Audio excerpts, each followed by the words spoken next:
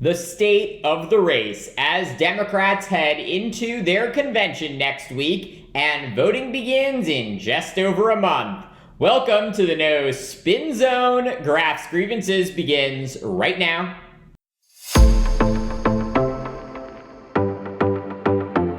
Monday, Democrats gathering for a star-studded convention in Chicago that will not only feature Vice President Kamala Harris and her running mate, Minnesota Governor Tim Walz, but also President Joe Biden, former President Barack Obama, former President Bill Clinton, and former Secretary of State Hillary Clinton. In addition, there's word that the world's biggest superstars on the planet, Taylor Swift and Beyonce, could perform. This celebration of democracy coming as the most trusted name in election analysis, the Cook Political Report, finds Harris leading or tied with Donald Trump in 6 of the 7 key swing states. Harris flipping the script on the election, as just 3 months ago, Trump was leading Biden in all 7 key swing states. According to Cook, Harris now leading Trump in Arizona, Michigan, North Carolina, Pennsylvania, and Wisconsin, while Trump still holds a slight lead over Harris in Nevada. And Harris and Trump appear tied in Georgia. But let's take a moment to really dig into these fascinating numbers. Look at North Carolina. In May, Trump had an 8-point lead over Biden. Now, Harris has a 2-point lead over Trump. That's a huge 10-point swing in just 3 months. Also, look at Arizona. In May, Trump was leading Biden by 4 points. Now, Harris is leading Trump there by 4 points. Cook also finding an 8-point swing in Pennsylvania from Trump to Harris. As for what explains this overall shift to Harris, she appears to have consolidated the Democratic base.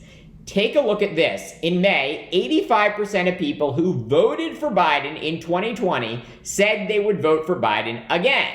Now, 91% of people who voted for Biden in 2020 say they will vote for Harris. That is statistical evidence that those big Harris rallies really are a sign of more Democrats supporting her. Yet, despite all this positive news for Harris, Trump continues to lead Harris on many of the major issues facing Americans.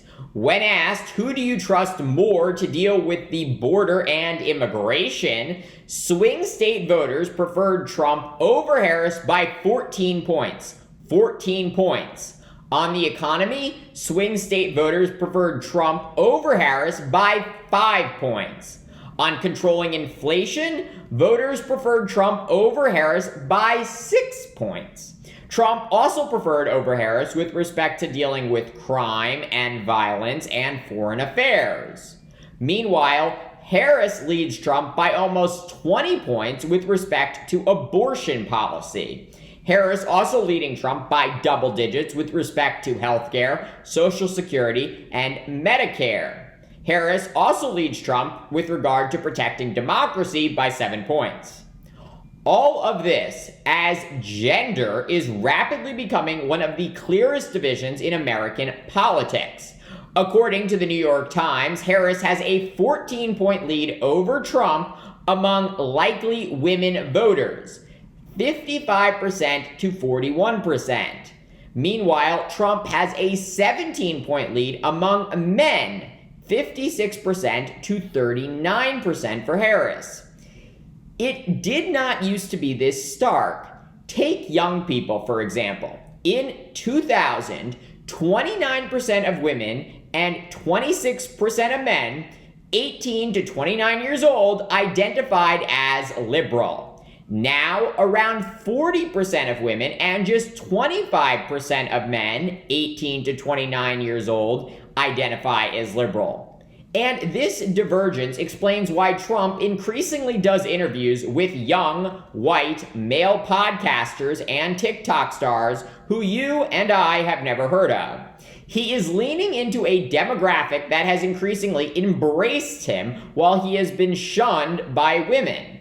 What this all means for November is unclear, but at least for this moment, and remember, polls are only a snapshot in time, Harris and Walz are making critical progress in the states that will matter most this November. Thank you for watching Graph's Grievances. Let me know what you think. Please like, subscribe, share, and join me in the next one.